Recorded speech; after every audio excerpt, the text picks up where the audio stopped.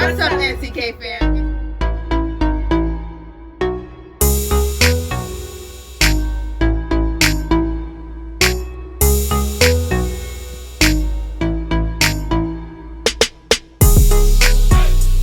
What's up, NCK fam? It's your girl Nelle, back again with another video. And today we have some lovely guests from our previous video. We're going to have them reintroduce themselves, and we're going to get all into this video, godly relationships. So first, we have Julie. Hey everybody, I'm Julie. I'm from New Jersey and I love God. Yeah. We have Ashley. Hi guys, I'm Ashley. I am a senior at Smith College. Also love Jesus. He's great. And we have Ava. Hi y'all, I'm Ava. I'm from the Bronx and I too love Jesus. Yes. What would y'all say the main differences are between godly relationships and not godly relationships? And like what does that look like to you, and how would you want that to be modeled? Do you like courtship? Do you not like courtship? What does that even look like? Let the world know. I guess speaking from personal experience, right? So I was in a 3-year situationship before I knew Christ, right? And that was me being empty, seeking my fulfillment in somebody else, right? And then now who I'm dating now, it's a miracle, right? Of like two whole people desiring to become one, right? So like, and the thing is, I gotta be careful, because you can also think you're in a godly relationship and not really be whole. You know what I mean? Or you could think that like, you're a Christian, so, but there's just work that needs to be done. So I think I'm gonna just flip that of like, there's a difference sometimes in like two halves trying to become one and two wholes trying to become one. Does that make sense? I feel, and I like the second one better. It's definitely a healthier way, I think. I know, of having relationships. I'm gonna go deeper than that because that was a little vague. So, for example, me and Jeffrey, we have our own relationship with God, right? And instead of trying to seek fulfillment with each other, like our fulfillment is in God, and that makes us work a lot better. So I guess that's a lot healthier than trying to seek all these things, all these fulfillments in other people. I like what you said, Ashley, and I'm only saying this because I'm responding like directly to what you said about like two halves trying to be whole together rather than like two wholes pursuing Christ. Yeah, that was kind of my experience in the last relationship that I was in as well. And yeah, so like personal experience. Last relationship I was in was also a 3-year relationship, and we were also both Christian. Both came from like the same like kind of theological backgrounds. Like we didn't have any like discrepancies or whatever there. But we both definitely like didn't really have stable relationships in God, right? And obviously that presented problems because like if you don't know who you are in Christ, like everything's going to be an issue. Like nothing is going to like be stable. There's no foundation for anything. Everything is just up in the air. So when we broke up, like it was difficult, yes, but one of my friends had said something to me, I think this like early this year even, and we haven't been in a relationship in a while, like 3 years now almost. And he said to me, yeah, y'all broke up for like because of like whatever had happened between us. But like he was like, if that never happened, like y'all probably still wouldn't have been together. And I was like, why you say that? And he was like, because y'all were clearly like starting to be on two very different paths. So I was like on this journey to like finding who I am in God, because I'm like, I feel like if I don't find that out, or if I don't know that, then like a relationship with anybody else is not gonna work, because it's like I'm gonna try to find myself in them, or I'm gonna try to use them to like use them to make myself whole or whatever, and that's just not gonna work because I'm always gonna be left unfulfilled. So yeah, I think after like finding, or like not finding, but accepting and believing in my like position as like God's daughter and like what that means, like everything changed, because now I'm just like, well, if you don't know who you are as a son, then I can't help you with that. Like I could, but like not in the sense of like, oh, we're gonna be dating and I'm gonna help you find your identity. That's not my job. So yeah. Wow.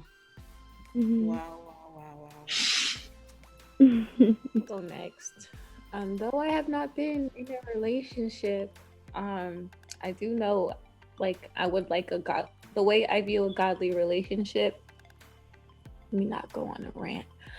I would like to see the guy, or just like the relationship imitating what like Christ's love is for the church. You know, I think sometimes it's very easy to put all this attention on women, and like women have to do this, women have to do that, and then but like honestly, like if a man is supposed to be the head, if they're supposed to imitate Christ, like y'all got a high standard to be following after, because Christ did it all for me. You feel me? So and I'm not saying that like you have to be my Christ, because you'll never be my Christ, but you have to be like Christ. So yeah. And to add on to the I love that. the dating one and the courtship one, I never knew there was a difference until recently. I think I always knew that I just wanted to be one and done. Like I'm like, I don't have time for this.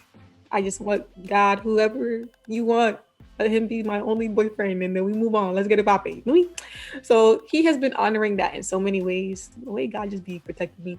But like just like courtship is like dating with the intent to marry. Like if you just want to date to have fun, like that's on you. But for me, like I don't want to put myself through investing my emotions into something and then having to heal from that. But also like you have to heal from it if you allow yourself to be damaged. But I think sometimes unintentionally, like you can get yourself into spaces that you didn't want to be in. So just being cautious of that. So yeah. Yeah.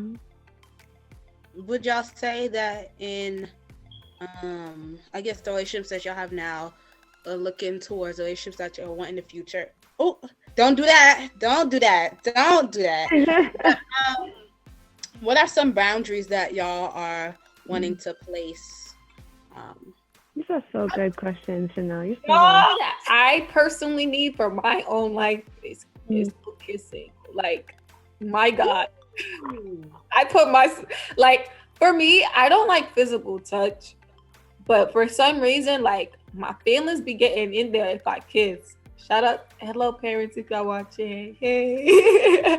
And I think that sometimes like you don't realize how much emotion it brings. And for me, I'm a very passionate person, and if I'm gonna kiss you, I'm gonna be passionate in that. Sometimes my feelings will rise up, and it don't need to be rising up in that particular moment.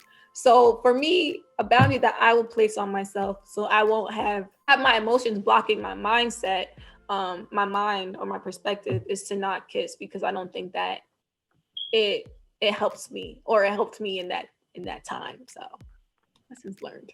I think a boundary for me is I need my alone time. So like I can't be in a relationship where we have to be with each other and talk to each other all the time, 24. I cannot.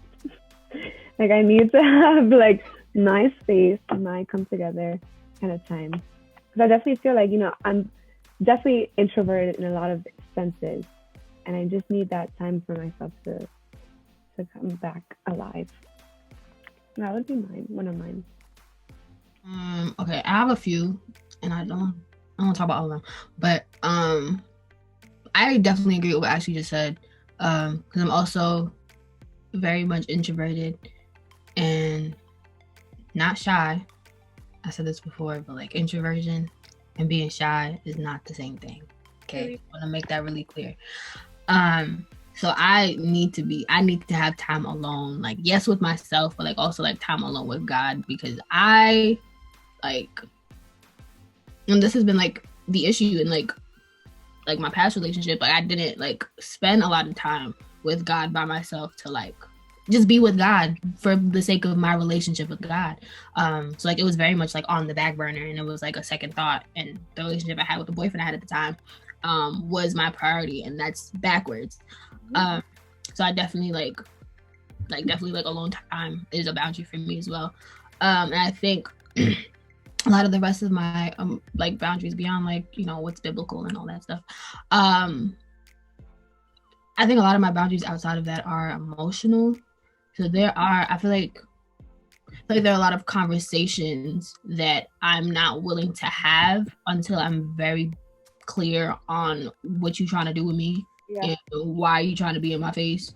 Because I feel like there's just a lot of things that are like sensitive topics for me. So like my childhood is a very sensitive topic for me. Like things that I've gone through, things that I've gone through as a child. So like trauma related stuff. Yeah. Like I openly talk about it now, but I think like to the full extent of all the things that I've gone through, I don't want to have to share that with somebody who's not that on like really being there. And like to quickly go back to the yes and no, like the I don't want to say turn ons and turn offs, but like the deal breakers and safety is also a really big thing for me. So like if I'm with you, and not just like physically feeling safe in the sense that like you got to be this big guy who I think could beat up somebody. No, if I don't feel protected even in just conversation with you, and if my thoughts, if I don't feel like my emotions, because I'm very sensitive, y'all know I'm very sensitive, I'm very dramatic, I'm very emotional, and like if I don't feel like that side of me is safe to be expressed around you, I'm not gonna want to be around you, and I'm going to feel that internally because I feel everything like through my senses. Like I feel everything. So yeah, that's that. And then the boundaries thing, like also like I feel like I have a lot more emotional than physical boundaries. Yeah, to add on to Ava, she mentioned like alone time. I actually mentioned it too, but I also think time in general is a boundary. I think sometimes like it's very easy to want to spend so much time with the other person that like you forget that like you have other things to do. Like something I noticed is that sometimes like I end up pushing my God time back, being like, oh, like it's gonna be okay, like I could do it later. And then later comes, good night, God. And then it's like but just like making sure that like if you're saying that you're committing to something, that you don't drop the other stuff that you're committing to as well. So yeah. What would you say submission looks like? How would you want that to be mirrored in your relationship / future relationships? Do you want to submit? Is that not a thing anymore? Is that, what is that? Oh, she's sipping. Eva. Julie also said before me. I don't know why you calling me out, but now I'm gonna let you finish asking your questions. I'll answer. But go ahead. Oh, Ashley sipping too. Oh, gulping. Oh my God. So yeah, what does that look like? Because I know like the world views submission in one way, and then like Christians view submission, and I don't know how I view submission, to be honest. But so what does that look like to you, and how do you want to mirror that, if you want to mirror that?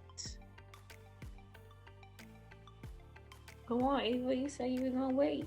I didn't know I was gonna go first. You were still unmuted, so I thought you were gonna go. Okay, so I think this is also something I'm still like, still learning, but I feel like you never stop learning about this kind of stuff. Because I had to like unlearn so much. Oh Jesus, y'all! I had to unlearn so much. So I don't know if every Jamaican Apostolic Pentecostal church is the same, in terms of like their views on marriage and their views on like relationships and whatnot. But like the church perspective I grew up with and then the parental perspective I grew up with were different for me. So church wise, it was kind of just like, oh, don't have sex. Basically don't talk to boys. And that's it. And then once you reach a certain age, it's like, oh, where's your husband? When are you gonna get married? But it's like, you have never told me what I'm supposed to do between no boyfriend and marriage. What is supposed to happen here? So there's that side of it. So I never really listened to that because I listened to my parents because they're my parents. So I think even with my parents, I didn't really have like any like sit down kind of talk about like what I'm supposed to be looking for, or whatever. And I'm just like, okay, so I don't know what to do. So like when I ended up like liking somebody or like feeling, I mean, this 14-year-old me, but like feeling like I was like in love or whatever with somebody, and actually like and actually like being in a relationship with someone. I did love him. Like we were together for almost 4 years, so I would say I definitely did love him. But like thinking that I'm like in this high school sweetheart type of we're gonna be together forever kind of thing, but like not even having anybody to like learn from, or like not being guided by like, I wouldn't even necessarily say like a pastor or anything because we didn't go to the same church, but like just like people who are in a relationship that are older than us, who could be like, or have been in relationships that are older than us, who could be like, okay, like this is to protect you. I'm telling you this to protect you. I'm not trying to like control your life or whatever. So there's that on that, like the unlearning part. So I'm like unlearning a lot of things that like didn't make any sense. So like the whole don't talk to nobody, all of that stuff. Like I don't think you have to date everyone, but I think you should talk to guys and have guy friends. And yeah, I think that's really important on both ends. I think guys should have girlfriends, and girls should have guy friends. I think that's a thing. And then in terms of like submission, I very much do want to submit to my husband. I don't see why I wouldn't. I think that's very much biblical. But I think what's been perverted by the world has been just the fact that that's where it looks like it ends. Like it's supposed to be like, oh, big macho man, and then woman, and then she just does what I tell her. That's not what submission is. That's not what it means. So I've like listened to a lot of different like speakers and whatnot, and like explanations of submission, and a lot of times people usually break down the word. So like sub is to like come under, and then mission is to like mission, like a goal or plan or whatever. So like you're coming into that thing. So like if you're a woman and you're submitting to a man, like whatever his mission is, you're submitting to that, or you're coming into agreement with that. So that's why I think like what Ashley was saying earlier about like leadership and like having goals. So like if you don't know what those goals are, you don't know what you're submitting to, you don't know what you're getting yourself into. So I think that's like a really important thing to like know. And then also going back to what Julie was saying about your relationship mirroring the relationship with Christ and the church. If the man is supposed to be a representative, I use that loosely, of Christ, and then like we're supposed to be like representative of the bride of Christ, of the church. Like going back to literally what Julie was saying earlier, like that's a heavy burden to carry. That's a heavy like weight. That's a very like big responsibility, and I don't like the way that I'm gonna stop talking soon, I promise. I don't like the way that the church has made it seem like, oh, that a man is just supposed to take charge and like take the lead, and the woman is just supposed to listen to everything that he says and not like question anything and just like be okay with everything, especially in cases where the man isn't even submitted to God. So I feel like that's even more important, because like if I'm submitting to you and you're not submitting to God, then there's a problem, because now we're both at risk, and now your own blood and also my blood is on your hands now too. So yeah. But all in all, yes, I do want to submit to a man who is submitted to God, and has decided that he's going to submit to God, and knows that. So I'll say that. That's good. How important / do you have like accountability partners, counseling? Like how important is that / do you do that, have that? Yeah. In general or in terms of relationships? No, in terms of relationships. So I guess I can just answer from personal experience. Me and Jeffrey, we started doing dating counseling with my pastor. And that the goal of that kind of counseling was to get us both closer to God. Right? So just to kind of start off with that foundation. And I have to say, like, I cannot stress enough how important it is to have accountability and counselors in your life in any way, but especially if you're trying to pursue a godly marriage. Like, I think it's always good to have wise people um, lead you when you need it. You know what I mean? Because they can see things that you really can't see. And I genuinely can say that confidently that my pastor has made us because has helped us become a better couple.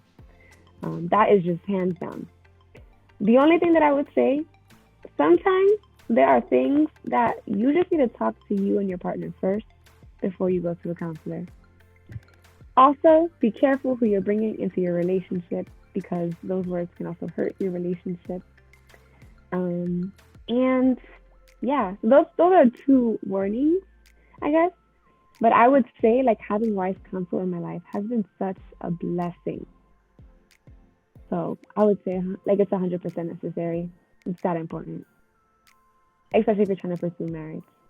Actually, you said that wise counsel is important. So, like, how did you find this wise counsel? Or, like, what advice would you give to someone who wanted to get that for themselves?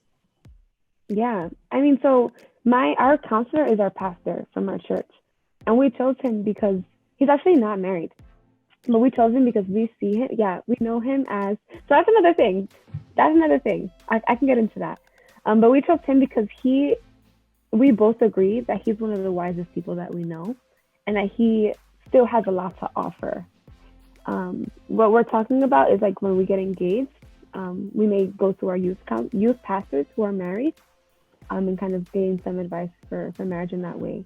But our pastor was definitely a good choice for us. So if you're like plugged into a church where you trust your pastor and you trust that he can lead you, then ask. Really, what I would say is ask. Don't always just wait until somebody reaches out to you. You go ahead and pursue that if that's something that you really want, you know. But it could be anybody. It could be someone that disciples you. It could be someone that you look up to in your church or in your family who has a good, has good wisdom or good marriage, a marriage that you look up to, you know. Yeah, but we chose him just because we wanted to kind of get that dating counseling, and he does have a lot of. We trusted him for wisdom, but things may change when we pursue marriage. So, yeah, you and Chanel and Julie was like, what? Yeah, because you're like the last part where you said where you want someone to look like model that relationship that you want. And you talking about this man whole single. I said, huh? Mm-hmm. Yeah, but we trusted him for the purpose of what we were looking for, which is to help us become a better couple and get prepared, for that. So I think it's also interesting too. Like, I'm not going to speak on behalf of Ashley and her man, but just the fact that the man, like their counselor, was single, and I think oftentimes when we approach dating, it's like, oh, we tied down. Like, I don't know how to say this, but you're not married to the person. You're not single in the sense that like you're not dating anyone, but you're still very well not married, and you should be still growing on how to grow as a singular individual before trying to like don't do two become one before the one needed to happen, if that makes sense. So I'm really appreciative of the fact that like Ashley had mentioned the fact that her counselor is single, because it's just like she's saying, like there are different seasons, like you're not married yet, so you don't really like it would be cool to have like people who are married to do it, but like if you want to grow it in your singleness, in your singlehood, the remains that you have, sounds so bad, the remains, but like it's still good. So I'm appreciative. Yeah, Julie, I was gonna touch on that too, and I'm glad you did. Like the importance of like developing yourself first, and like developing the friendship even more. Yeah, so yeah. I'd even say that's a boundary that I struggle with, and I want to grow in that. It's very easy for me. Like once I'm in it, like I'm in it. But you have to also be like, hey, like you're not in it yet. Like you guys aren't married. So don't put all your eggs in one basket in that particular moment and be like, let's just plan the future with us together, because like you're still very well not married. So do not act like you're married before you are married. That's not cute.